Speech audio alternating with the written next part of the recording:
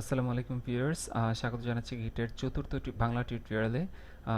গিটের টিউটোরিয়ালগুলোতে এই পর্বে আমরা যেটা শিখব সেটা হচ্ছে যে আমরা কিভাবে আমাদের যে রিপোজিটরি সেখানে আমরা নতুন ফাইল ক্রিয়েট করতে পারি, অথবা কিভাবে আমরা সেখানে হচ্ছে মানে কোনো ফাইল এডিট করতে পারি বা চেঞ্জ করতে পারি, সেটা আমরা দেখব। সো আমরা গিট ব্যাশ ওপেন করি। লাস্ট পর্বে আমরা যেটা দেখেছিলাম সেটা হচ্ছে আমরা কিভাবে একটা রিপোজিটরি ক্রিয়েট করতে পারি, এবং রিপোজিটরিতে আমরা গিটকে কিভাবে ইনিশিয়ালাইজ করতে পারি, এবং হচ্ছে আমরা যেই ফোল্ডারে আমাদের গিটকে ইনিশিয়ালাইজ করতে চাই সেই ফোল্ডারে আমরা কিভাবে যেতে পারি। সো প্রতিটি রিপোজিটরি ইউজ করার জন্য আমরা যেই ফোল্ডারে আসলে আমাদের সোর্স কোডের ফাইলগুলো রয়েছে, সেই ফাইলগুলোকে যদি আমরা অ্যাক্সেস করতে চাই সেই ফোল্ডারে আমাদেরকে গিটকে ইনিশিয়ালাইজ করে নিতে হবে। লাস্ট টিউটোরিয়ালে আমি যেটা দেখিয়েছিলাম সেটা হচ্ছে যে ডিরেক্টরি চেঞ্জ করে দেন আমরা গিট ইনিট কমান্ড টাইপ করে আমরা আম, সেই ফোল্ডারে অ্যাক্সেস করলাম গিটের মাধ্যমে। বাট এটার একটা শর্টকাট ওয়ে আছে, সেটা হচ্ছে যে আমরা জাস্ট প্রজেক্ট ফোল্ডারের উপর রাইট ক্লিক করলাম অ্যান্ড দেন সেখান থেকে আমরা এখানে গিট ব্যাশ ওপেন করলাম। সো আমরা এখন যেটা করতে চাই সেটা হচ্ছে যে আমরা আমাদের প্রজেক্ট ডিরেক্টরি নতুন একটা ফাইল ক্রিয়েট করতে চাই। সেজন্য আমরা টাচ কমান্ড ইউজ করতে পারি, TOUCH টাচ। নতুন ফাইলের নাম দিতে চাই আমি হচ্ছে index.html। সো গিট যেটা করলো সেটা হচ্ছে ফাইলটিকে অ্যাড করে নিচ্ছে। যদি আমার কথা বিশ্বাস না হয় তাহলে আমরা চেক করে দেখি। স্ট্যাটাস নিউ ফাইল index.html, তার মানে হচ্ছে এখন ফাইলটাকে কিন্তু গ্রিন দেখাচ্ছে, দ্যাট মিন্স গিট ফাইলটাকে অ্যাড করে নিয়েছে।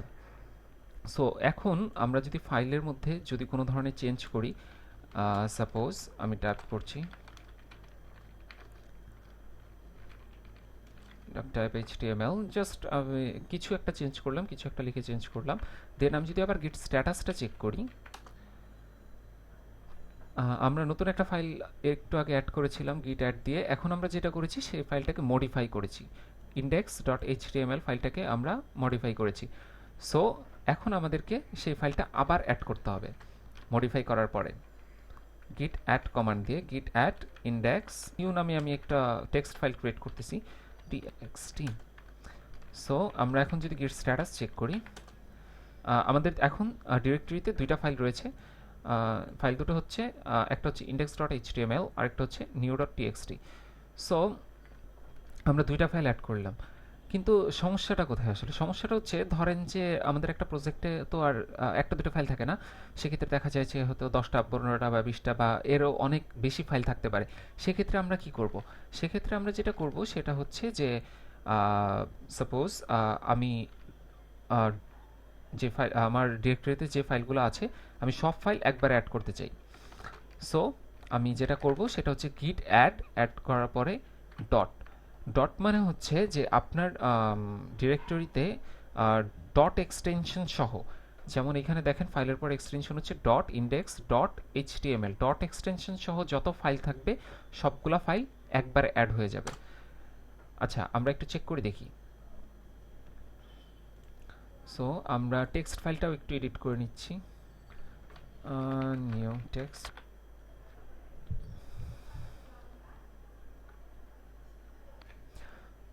সো এছাড়াও আমরা যেটা করতে পারি সেটা হচ্ছে, যদি আমার সাপোজ একটা নির্দিষ্ট এক্সটেনশনের ফাইলগুলোই দরকার শুধু, যেমন আমাদের হয়তো ডট এইচটিএমএল এক্সটেনশনের ফাইলগুলো দরকার বা ডট সিএসএস এক্সটেনশনের ফাইলগুলো দরকার, সেই ফাইলগুলো আমরা কিভাবে অ্যাড করতে পারি? সবগুলো ফাইল একসাথে অ্যাড করব। সো আমি এখানে একটু এডিট করে নিচ্ছি। আমরা জাস্ট করতে পারি হচ্ছে হেড হেড সেট করলাম এইচটিএমএল ফাইলে স্ল্যাশ হেড। দ্যাট মিন্স আমি ফাইলে কিছু চেঞ্জ করেছি। নাও আমি গিটের স্ট্যাটাসটা দেখব। গিট স্ট্যাটাস আমাদের এখানে দেখাচ্ছে একটা ফাইল হচ্ছে মডিফাই করা হয়েছে, সেটার নাম হচ্ছে index.html। সো আমরা এখন যেটা করব সেটা হচ্ছে আমরা শুধু HTML এক্সটেনশনের ফাইলগুলোকে অ্যাড করতে চাই। সো আমরা সেজন্য যেটা করব, অ্যাস্টারিস্ক সাইন বা স্টার সাইন আপনি যেটাই বলেন না কেন, তারপরে ডট দিয়ে যে এক্সটেনশনের ফাইলটা আমরা অ্যাড করতে চাচ্ছি সেই এক্সটেনশনের নামটা লিখব। আমরা HTML এক্সটেনশনের ফাইলগুলো অ্যাড করতে চাচ্ছি। So asterisk sign dot HTML, Git শুধুমাত্র HTML এক্সটেনশনের যে ফাইলগুলো থাকবে সেগুলোকে অ্যাড করে নেবে। So thank you for watching. এই টিউটোরিয়ালে এতটুকুই। নেক্সট টিউটোরিয়ালে আমরা আরও অনেক কিছু জানবো গিট সম্বন্ধে।